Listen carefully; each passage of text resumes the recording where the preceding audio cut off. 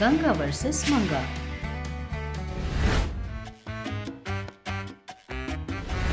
एक दिन चंद्रकांतम कुर्सी पे बैठकर कुछ सोच रही है और पेपर पर गणना कर रही है। अरे ये क्या है? इतना क्यों सोच रही हो? गन्ना भी कर रही हो?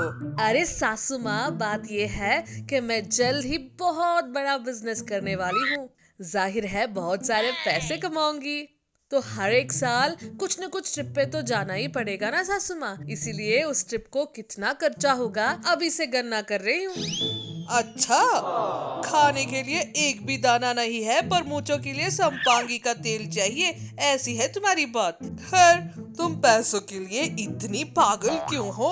जब देखो बिजनेस करूंगी, पैसा कमाऊंगी बोलती रहती हो। ठीक है, अगर तुम करोगी भी तो ठीक से कहाँ करोगी? ऐसा कहकर वो क्लास देना शुरू करती है। वो सुनकर ठीक है सासू माँ, ठीक है, आप भी मुझे ही दोषी कहिए। मैं कुछ न कुछ काम करके 4 पत्तर कमाने के लिए कोशिश कर रही हूँ। ऐसी रोने की एक्टिंग शुरू करती है। 4 पत्थर कमाना क्यों? एक बड़ा पत्थर सर पर डालो, ठीक हो जाएगा।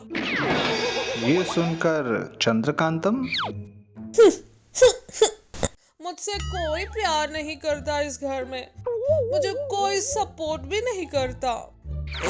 बस कर तुम्हारा फेक रोना। एक्टिंग में भी महानटी को क्रॉस कर रही हो। अगर तुम ठीक से बिजनेस करना चाहती हो तो कौन तुझे सपोर्ट नहीं करेगा, बोलो? अब बात ऐसी है तो मैं अच्छे से बिजनेस करती हूँ, आप मुझे सपोर्ट करते रहोगे ना? ऐसा पूछते हैं तब सूर्यकांतम तुम ठीक से करना चाहती हो तो मैं क्यों ना बोलूंगी? तो हम दोनों मिलकर पिज्जा बना के बेचने का बिजनेस करें क्या सासू माँ? आपका तो इस शहर में बहुत अच्छा नाम है, इसलिए बहुत लोग आकर खाएंगे भी। ऐसे हम 4 पत्थर पीछे डाल सकते हैं। ठीक है, करते हैं, पर अब ऐसी ही कुछ गड़बड़ किया तुमने तब होगी तुम्हारी शादी। हाँ ठीक है सासू माँ। ऐसे बोलकर सूर्यकांतम और चंद्रकांतम दोनों मिलकर एक पिज्जा सेंटर खोलते हैं। उसको सूर्यकांतम चंद्रकांतम पिज्जा सेंटर नाम रखते हैं। सूर्यकांतम नाम देखकर उन पर विश्वास रखते हुए बहुत सारे लोग आकर वो पिज्जा खाते हैं। सूर्यकांतम बहुत लाभ न आने पर भी उसे क्वालिटी पिज्जा बनाकर बेचती है।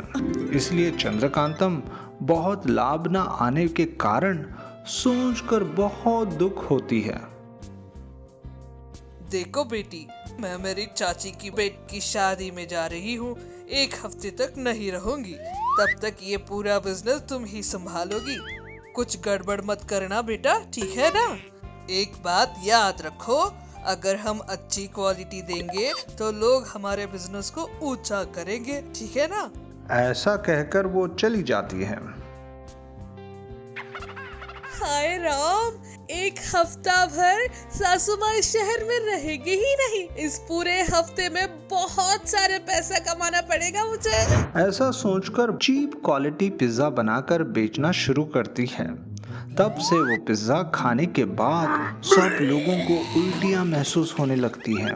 इस तरह लोगों का विश्वास उस पिज्जे से उठ जाता है। अगले दिन एक कस्टमर भी पिज्जा लेने के लिए नहीं आता। चंद्रकांतम दुखी होकर ऐसा सोचने लगती है, ये क्या है? सासू माँ के आने से पहले बहुत सारा पैसा कमाने का सोच लिया था मैंने, पर 1 हफ्ते से एक भी कस्टमर नहीं आया। बहुत बड़ा बुरा काम किया है मैंने। ऐसा सोचकर दुखी हो रही होती है। क्या है, क्या बात है, क्यों इतनी दुखी हो? कुछ करने के लिए नहीं तो चंद्रकांतम सूर्यकांतम को सारी बातें बोलती है। मैंने तुम्हें पहले भी बताया था कि कोई गड़बड़ नहीं करना, पर तुम्हारी लालच की वजह से आज पूरा काम बेकार हो गया। सॉरी सासू माँ, प्लीज सासू माँ, कुछ तो करो। उसे देखकर सूर्यकांतम कुछ करने के लिए नहीं बचा तो अगले दिन से क्वालिटी सामान से पिज्जा बनाना शुरू करती है। उस पिज्जे का स्वाद बहुत ही अच्छा आने लगता है तो सूर्यकांतम उसकी शक्ति से स्वाद सभी के घर के पास रहने वालों को बेचना शुरू करती है। बस सभी लोग फिर से सूर्यकांतम चंद्रकांतम पिज्जा सेंटर पर आकर पिज्जा खाना शुरू करते हैं।